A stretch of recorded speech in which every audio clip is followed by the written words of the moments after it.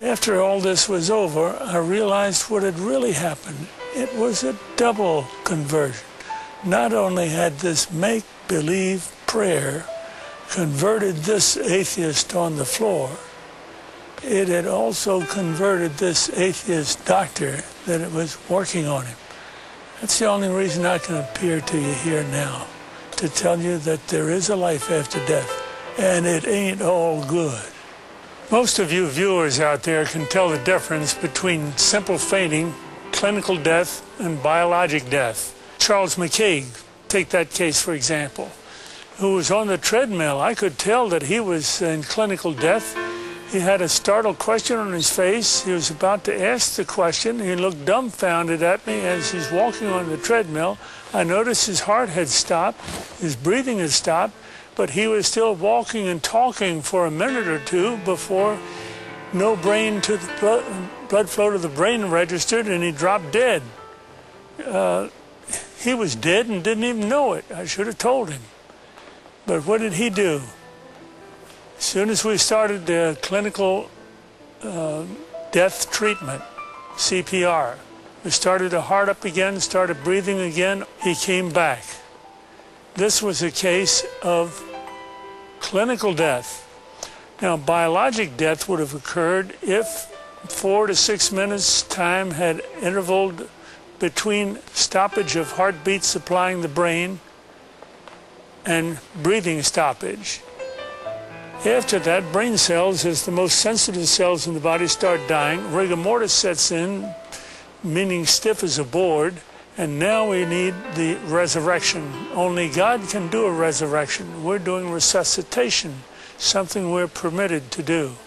And now we want to introduce to you Howard Storm, an art and literary professor who was in Paris with his class when he suddenly had a stomach rupture, an ulcer rupture, peritonitis, shock, sudden death, clinical death, resuscitation, hell experience. I was a 38-year-old college professor, and I taught art, and I had taken a group of students and my wife, and we had gone around Europe, and we had just done a 3-week tour, and this was the next to the last day. And we were in Paris, and at 11 o'clock in the morning I had a perforation of my stomach. When this happened, the pain was the most acute pain I'd ever experienced in my life, and it just dropped me right down to the ground.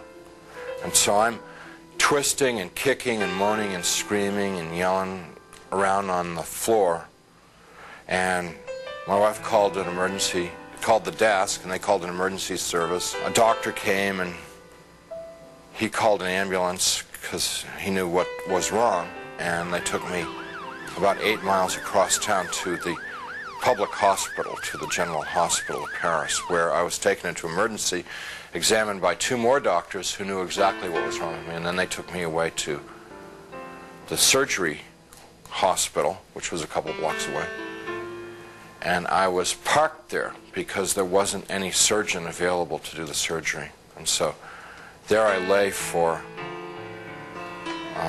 8 to 10 hours in that hospital with no medication, no examination, no attention whatsoever, awaiting a surgeon to come to give me this operation that was critical. And it's now 8:30 at night. Nurse came in and said that they were very sorry they weren't able to get a doctor for me, and they'd get one the next day.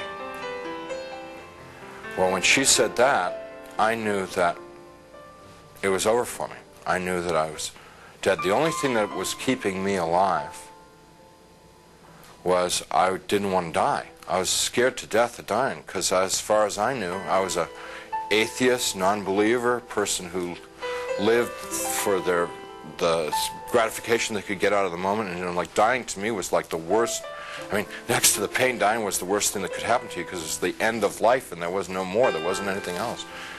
But when she said that, the idea of trying to exist for another minute, another hour in this pain, it wasn't worth it anymore.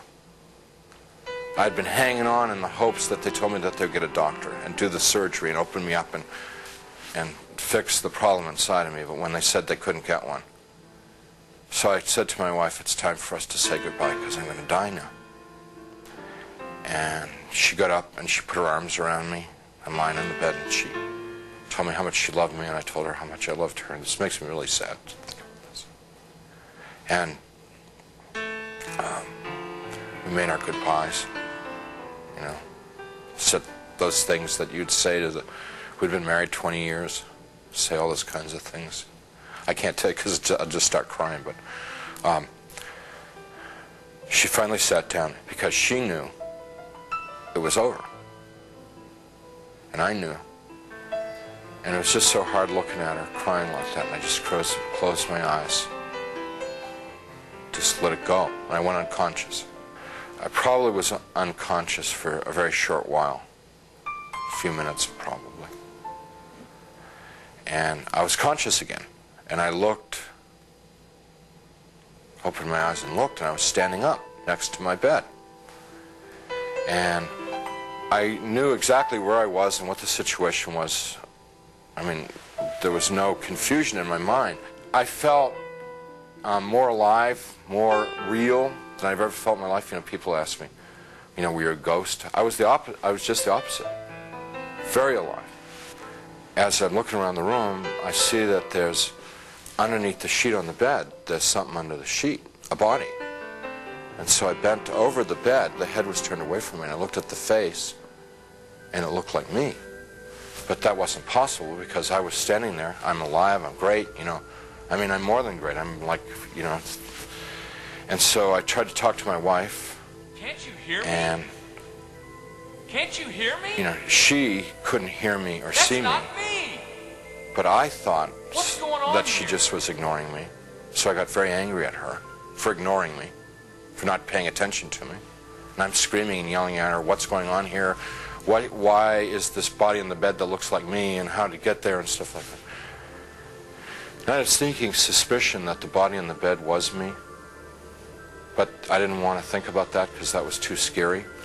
So I'm getting really agitated and upset because this is all too weird. You know, this can't be happening. It's impossible.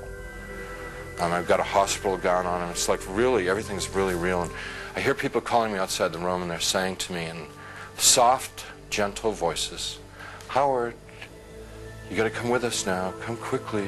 Come out here. So I go over to the doorway of the room, and there's people out in the hallway, and they're the hallway's dank. It's gray. It's not light or dark. It's just gray, and they're all in grayness, and they're men and women, and what they're wearing might possibly be hospital uniforms. And I asked them if they were from the doctor to take me to the operation. And I told them, I said, I'm really sick and I'm going to have an operation and I'm going to die if I don't get this operation. And I was supposed to have the operation 8 hours ago. And I'm telling them all this stuff. And they're going, well, we understand. Quickly, you know, you got to come quickly. Howard, come out here. Howard, come quickly. Come with us. Howard, we've been waiting for you. Waiting. I left the room, which was real, clear, bright, and went into the hallway, which was dank and hazy, and followed these people.